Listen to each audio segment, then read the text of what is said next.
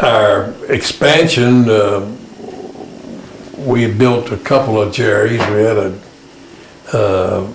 went from one Jerry's to 4 Jerry's, 3 Jerry's, and has closed down the White Taverns because you couldn't get enough volume out of the 10-cent hamburger stands to justify having them.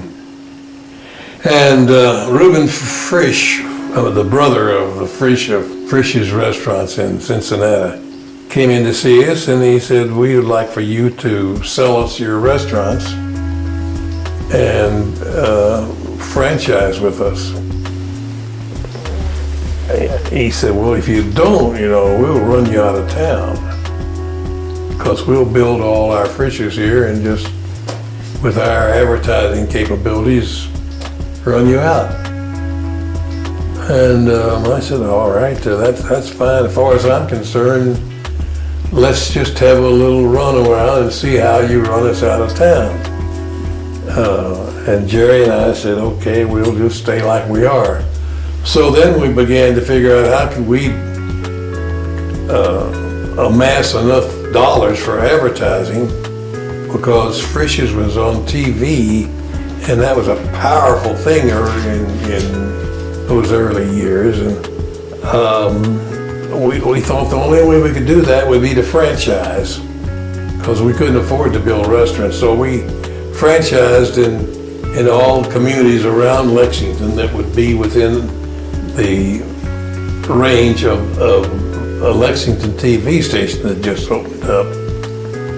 And by so doing, we had enough, charging 3% advertising. We had their dollars and our dollars, and we had enough money to fight off the advertising of Frisch's.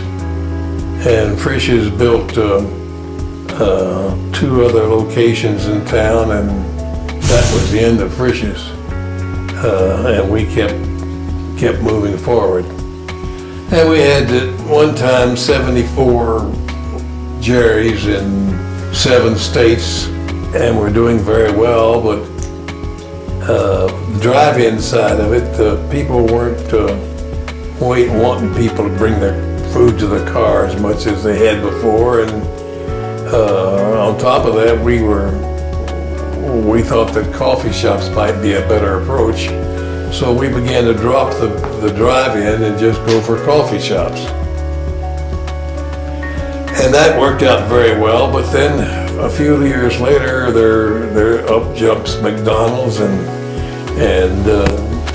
Pizza Hut and Kentucky Fried Chicken and everybody else in the fast food business who would sell to you the food out a window, and you could take it to your car and eat it, or take it home. We couldn't compete with them on price, because here we are with carpeted floors, background music, bottomless cup of coffee, table service. Our prices were not competitive. So we felt that we would better get in this fast food business to compete with that. And the only thing that had not been done was fish. So we came up with Long John Silver's, and it was a howling success, to such an extent that the first unit we opened, if we could do $75,000, we could make about 5%. With $100,000, we could make 15%. And the first unit opened up at $250,000. Well, we thought we'd found a gold mine, and we had. So we took every dollar we could muster to put into Long John Silver's.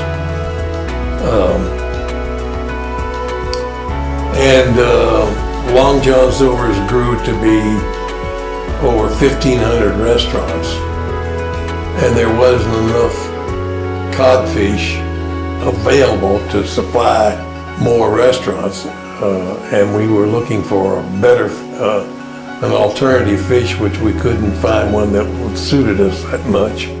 And we thought maybe we'd better get into something else. And there was no fast food Italian except, unless you wanted to call Pizza Hut fast food with their pizza. So we opened facilities. And again, we hit a highly successful opportunity. And we had 6 of those open when, as I say, the people from New York came down and did a takeover on our organization. The money got to the bank on Tuesday, and I left that afternoon and never went back.